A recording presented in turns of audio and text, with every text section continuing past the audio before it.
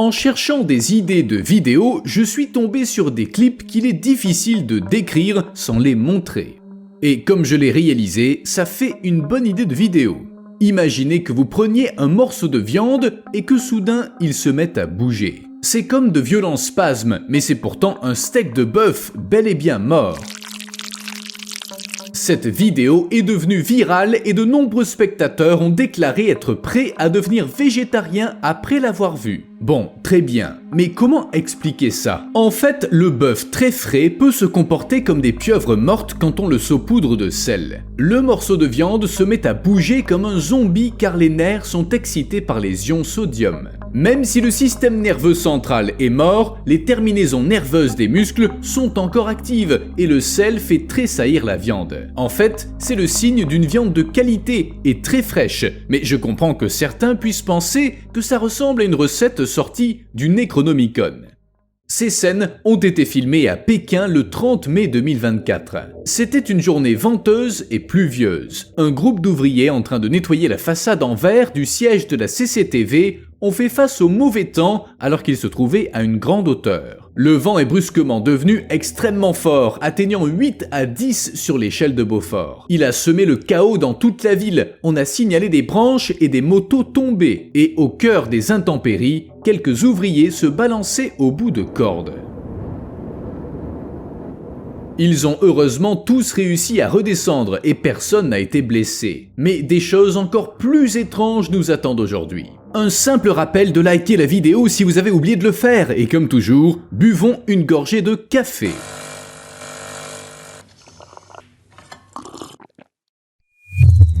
Il se passe quoi si de l'eau touche une casserole brûlante? L'eau se met à grésiller avant de s'évaporer, c'est de la physique élémentaire. Mais pas lorsque l'effet Leidenfrost entre en jeu. Pourtant, le liquide est là, la surface chaude aussi. Alors pourquoi les choses ne se passent pas comme prévu? Pourquoi l'eau se met à danser? Voilà ce qui se passe.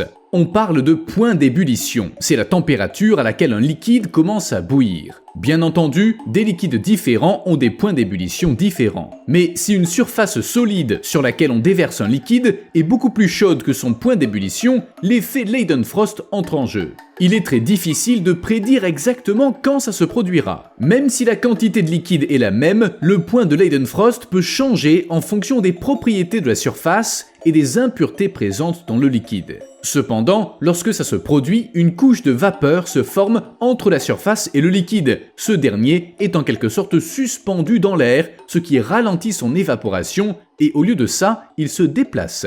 Par exemple, il se met à tourner. C'est ça la physique. Ces scènes incroyables ont été filmées à Pyeongchang, en Corée du Sud. Ce qui semble être un nuage rampant le long des rues n'était pas de la poussière ou du brouillard, mais du gaz de pétrole liquéfié qui s'échappait d'une station-service. Devinez ce qui s'est passé ensuite. Boum! Dès que le gaz s'est échappé, il a pris feu.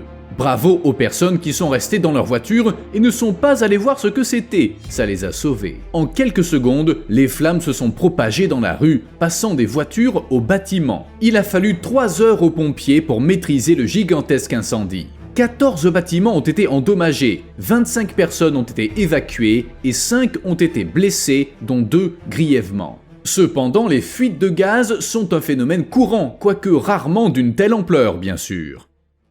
Quelles sont les chances que la foudre frappe une éolienne et qu'elle la frappe en plein sur la lame? C'est ce qui s'est passé à Crowell, au Texas. Après de nombreux impacts de foudre autour de la centrale éolienne, les pompiers ont été informés d'un incendie en hauteur. Ils sont intervenus, mais ils n'ont pas pu faire grand-chose pour l'éteindre. Il était très haut et le carburant ne manquait pas. Selon les estimations du chef des pompiers, il y avait 3000 litres de pétrole dans le réducteur et 5000 dans le transformateur au niveau du sol.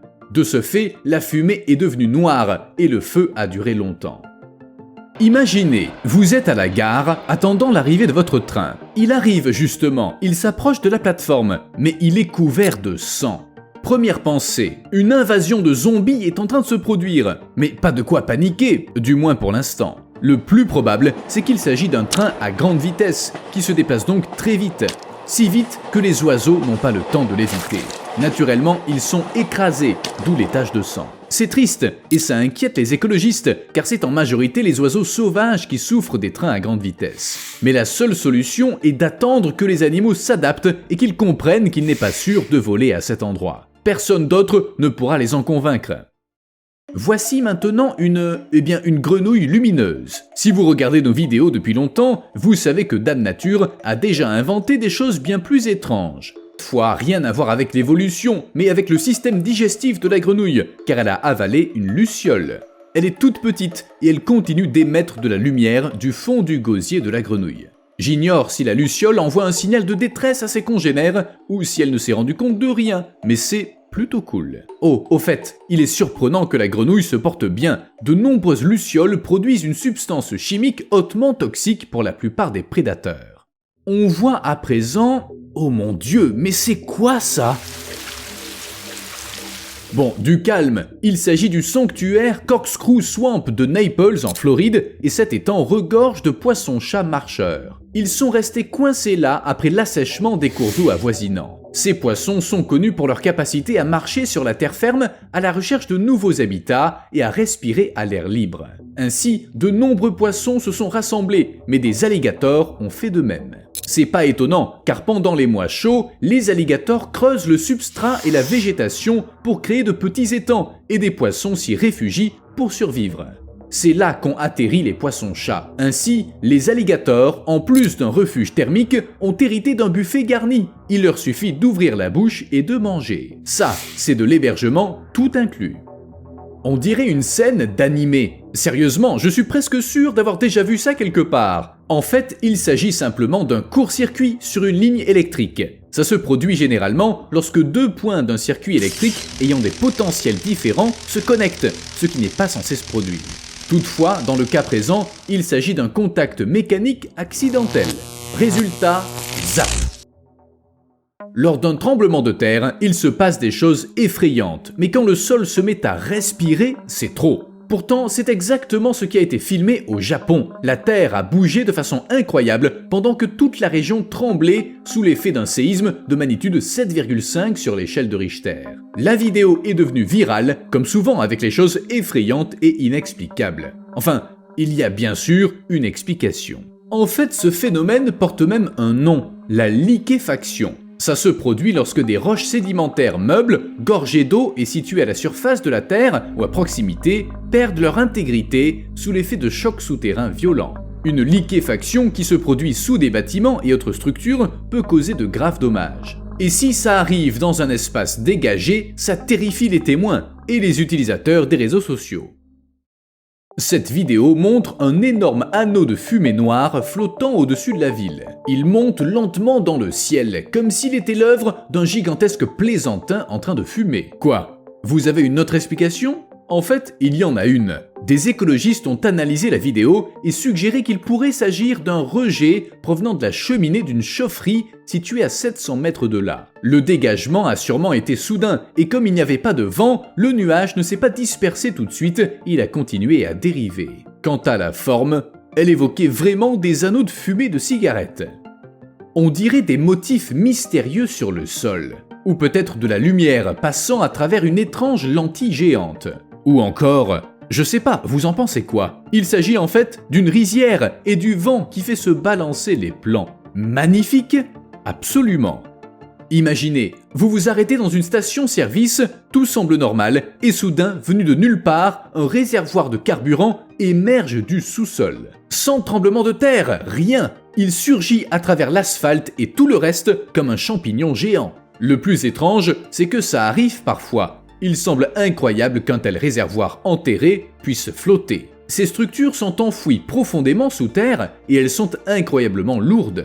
Cependant, lorsque les eaux de crue font monter le niveau de la nappe phréatique, la physique s'en mêle et un réservoir de carburant peut remonter à la surface comme une bouée. C'est même si fréquent qu'il existe des conseils à suivre en ce sens quand on construit une station-service. Je vous laisse quelques secondes pour regarder ce qui se passe et deviner de quoi il s'agit. N'hésitez pas à partager vos idées dans les commentaires, même si vous pensez qu'il s'agit d'une faille dans la matrice. C'était ma première hypothèse après tout. Mais plus sérieusement, il y a deux possibilités. Tout d'abord, quelqu'un a attaché une branche à un palmier à l'aide d'une corde et maintenant elle se balance. Il reste à savoir qui et pourquoi. Mais il y a une autre possibilité. Ça pourrait être un tourbillon de poussière, mais sans poussière. Sérieusement, c'est la théorie d'un chercheur. Les tourbillons de poussière se forment lorsque le sol se réchauffe plus vite que l'air. Quand l'air chaud s'élève près du sol, il génère un tourbillon qui est très rapide près de la surface, puis qui ralentit jusqu'à se disperser en atteignant l'atmosphère. Toute particule de poussière peut être entraînée.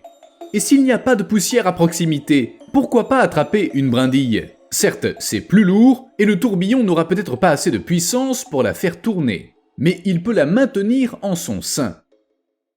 Preston, Minnesota. Un parking. Tout à coup, sans crier gare, un camion-citerne est broyé comme une canette vide sous le pied de quelqu'un. Là non plus, il ne s'agit pas d'un événement paranormal. Le plus probable, c'est que des gens ont vidé la citerne, mais qu'ils ont oublié d'y faire pénétrer de l'air. Le vide qui s'est formé était plus fort que l'acier. Le métal n'a pas pu résister à la pression atmosphérique et il s'est contracté vers l'intérieur. D'ailleurs, l'émission Mythbusters a fait la même chose, mais intentionnellement. Et oui, ça fonctionne vraiment. La physique, c'est dingue. Quiconque a déjà vu une aurore boréale sait qu'il s'agit d'un spectacle époustouflant. Mais en voir une depuis l'espace lui confère une toute autre dimension. Quand on est en orbite, les aurores boréales ressemblent à des couronnes scintillantes autour des pôles. La NASA dispose d'engins qui tournent autour de notre planète pour observer et étudier ces aurores boréales. Les astronautes de la Station spatiale internationale les observent souvent latéralement. Et oui, ils ont les meilleures places. Que vous évoque le mont Everest ? À mon avis, un endroit serein, désolé et où les gens se rendent pour tester leurs limites, réfléchir au sens de la vie et autre chose du même genre. Des gens en font bien l'ascension, mais l'ambiance est loin d'être sereine, même près du sommet. Il y a foule en saison, des files d'attente partout et les chiffres augmentent d'année en année. De ce fait, la neige cède de plus en plus souvent sous les pieds des touristes. Les corniches de neige sont particulièrement dangereuses. Ces amas de neige durcie qui surplombent le bord des précipices. Récemment, à la fin du mois de mai de cette année, des gens ont formé une énorme file d'attente et la corniche sur laquelle ils se trouvaient s'est effondrée. 2 personnes sont portées disparues et le plus probable, c'est qu'elles n'ont pas survécu.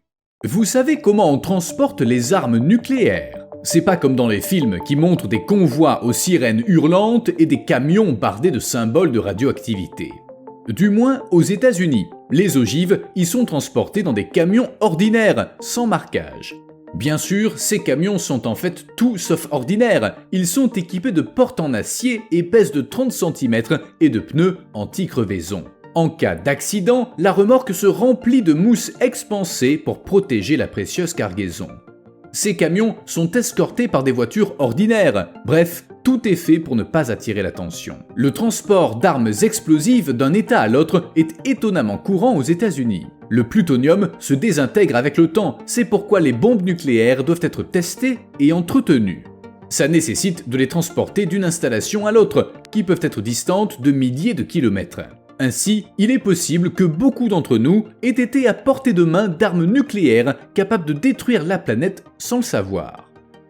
Ces photos ont été prises le 8 avril de cette année, lorsque des habitants de nombreux pays ont eu la chance d'assister à une éclipse solaire. Mais comme pour les aurores boréales, ce phénomène est bien plus fascinant vu de l'espace. Une éclipse n'est rien de plus que l'ombre de la Lune qui touche la Terre à un endroit précis et qui se déplace lentement. Si vous aimez les films catastrophes, voici l'occasion de voir à quoi ressemblerait un trou noir qui se formerait à l'intérieur de notre planète. Quelle image magnifique!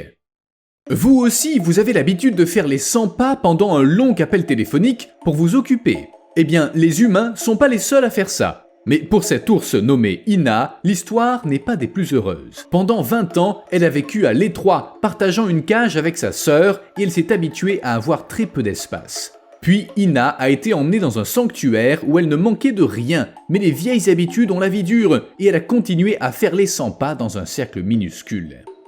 On aurait dit un syndrome de stress post-traumatique, comme chez les humains. Un jour, le personnel du sanctuaire a placé un rocher sur son chemin pour l'empêcher de faire les 100 pas, et Ina a fini par abandonner cette habitude. De tels comportements répétitifs sont couramment observés chez de nombreuses espèces dans les zoos. C'est particulièrement fréquent chez les prédateurs qui habitent de vastes habitats naturels, comme les ours.